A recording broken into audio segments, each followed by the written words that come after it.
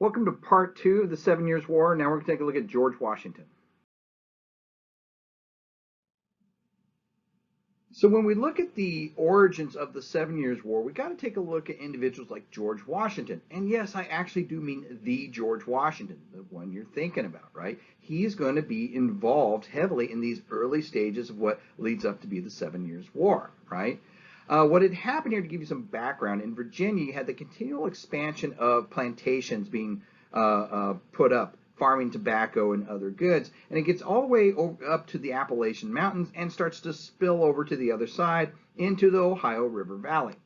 Now, here's the thing. The Ohio River Valley is claimed by the French. Remember when we talked about Robert de La Salle? He claimed not just the lands touching the Mississippi River, but all the lands of any river that feeds into the Mississippi. That would include the Ohio River and the Ohio River Valley, right?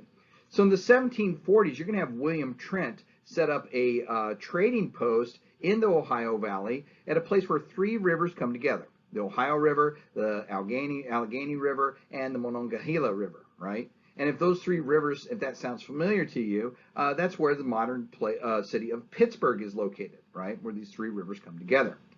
Okay. Other British traders also began making claims in the Ohio River Valley, right? The response by the French was to begin building a series of forts in order to defend the La Salle claim, right? They began building forts down the rivers, right? Mostly on the Allegheny and heading towards the Monongahela, right? They built Fort Presqu'île Isle, Fort Le Beaufort, Fort Venego, right? And finally, they pushed William Trent off of his site, and they marked in 1754, they marked that site to begin construction of a fort that they're going to call Fort Duquesne, right?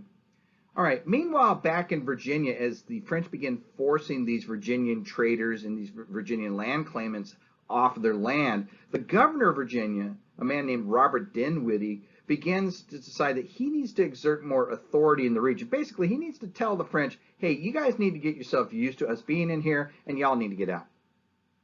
Okay. So he sends a young lieutenant colonel named George Washington, right? And he is to go to the site where Fort Duquesne is being constructed, and his job is to tell them, hey guys, we're going to be moving in here, and you all need to get out, right?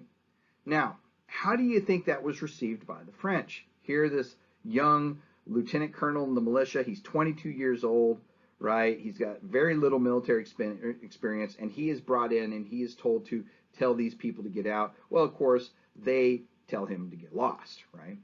So he returns and he tells Governor Dinwiddie what had happened.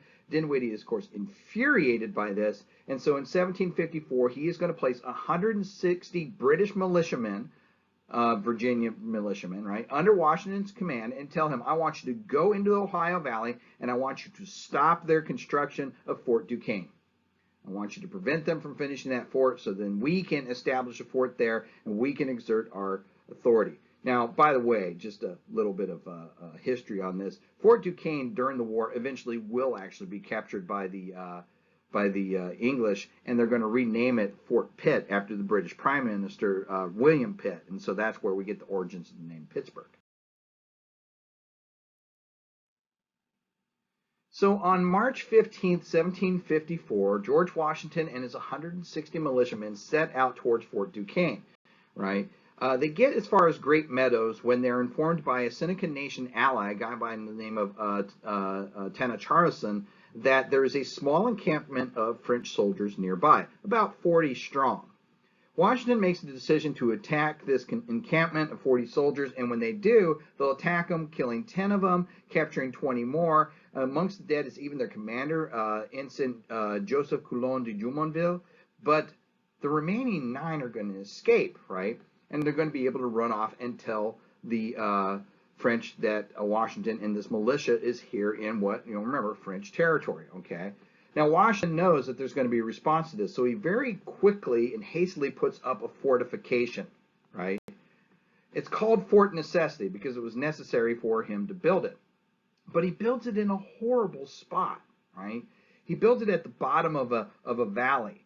Now, it's got access to fresh water there, but it's surrounded on all sides by hills that are tall enough for the enemy to be able to be on top of the hill and shoot down into this wooden palisade he's built.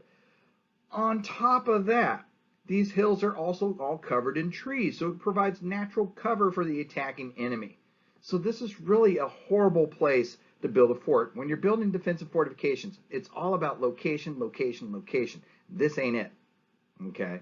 So on July 3rd, 1754, 500 regular French soldiers, along with 100 Native American allies, are going to show up and surround Fort Necessity and just begin raining fire down into the fort, right? Bullets are flying in there, and by the evening, Washington realizes that he's going to do nothing but get himself and his troops completely annihilated, right? So he surrenders. By this point, though, he's suffered 101 casualties. 31 are dead and 70 wounded. Now, the French are going to force him to sign a treaty agreeing that the English and the Virginians are going to leave the Ohio River Valley alone and recognize the French claims. And then they kick him out of the region. They say, all right, go on back. So he returns to the governor of Virginia saying, well, with a larger force, they almost annihilated my force. I saved my troops, right? I only ended up with 31 dead. But I was also forced to sign a treaty saying we'll never come back. Well, the governor of Virginia is not amused, and by this time, the King of England is not amused either. And you can see now you have the beginnings of an escalation that's going to lead to all-out war between France and Great Britain. On May 29th, 1755, the British try another crack at taking Fort Duquesne and establishing a foothold there in the Ohio River Valley. Right, but this time it's going to be a larger military force placed under the command of a regular British officer. Right, General Edward Braddock will be put in charge of a force of 1,459 Virginia militiamen, along with some Native American scouts, and they're going to begin marching into the Ohio River Valley. There are some pretty notable people marching with him. For example, Thomas Gage, Charles Lee, and Horatio Gates.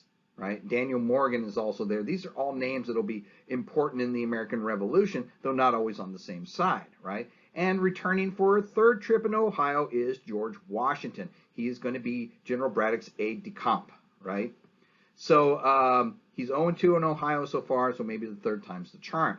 They go marching in there with this larger force, and it's so large that Braddock commands that they clear a road as they go to move this large equipment. So he's building what we'll call Braddock's Road as he goes. This is going to be important because later you're going to need this. They're going to need this road in order to mount a hasty retreat, right?